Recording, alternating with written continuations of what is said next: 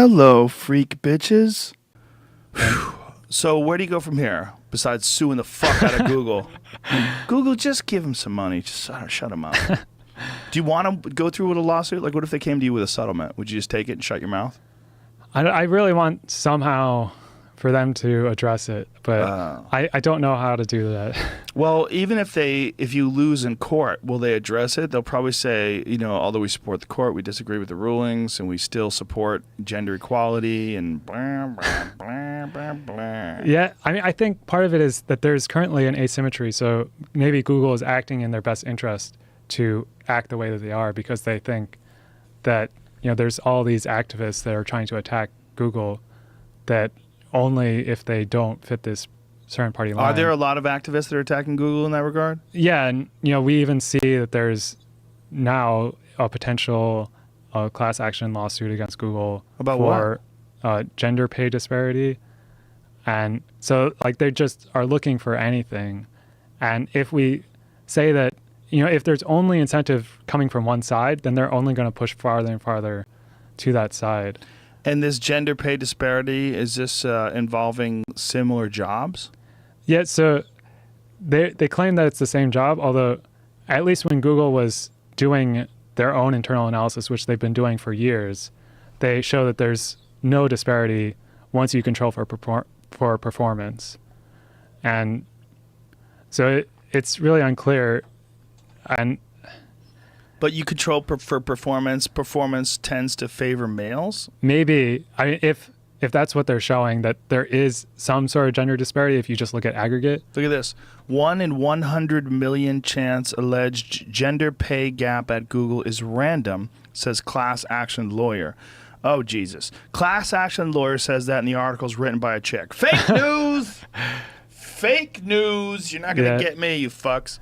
One thing is, I don't think that they really have Google's internal data, so there's no way for them to say whether or not it's based on the performance. Look what they're saying here. Notices seeking women currently or formerly employed at Google for possible inclusion in a planned class action lawsuit. First of all, people hear that and they're like, we're going to get paid. We're going to Sizzler, right? I mean, that's just...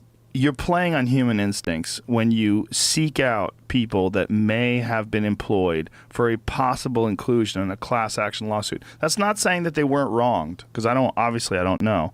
Several dozen came forward in a matter of weeks. That's a pretty high level of dissatisfaction, says James Feinberg. No, it's not.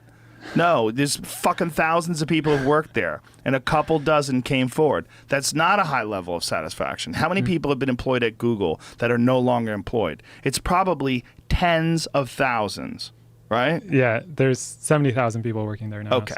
So for this guy to say that's a pretty high level of dissatisfaction when several dozen, let's say 3 dozen, let's go crazy. Let's say it's 40 people. Let's get nuts. That's fucking nobody, man. Yeah. 70 women. It's always Feinberg is heard from. But wait a minute, heard from. That doesn't, you mean they might not even make sense? That might not be a case? 4 people. 4! That's not a lot, you fuck. The class action, that's just, this is a fucking ambulance chaser. Right. I'm not saying he's wrong. I'm not saying there's not sexual discrimination, but I'm saying these articles are sneaky as fuck. 4 people. You got 4 people. And I don't know how an individual would know whether or not they're paid differently just based on their sex, right? Because there's so many variables at play. So you really have to look at the system as a whole. Because, there are definitely some men that are paid less than the women, too. When you control for performance, some examples like that. The problem is when you control for performance, if it turns out that men are being paid more, then you have to figure out some sort of a way to justify that. Or, if men are being paid more when you control for performance, what is it that's causing the men to be paid more? Why are they performing better? Is it the environment? Do they feel more comfortable?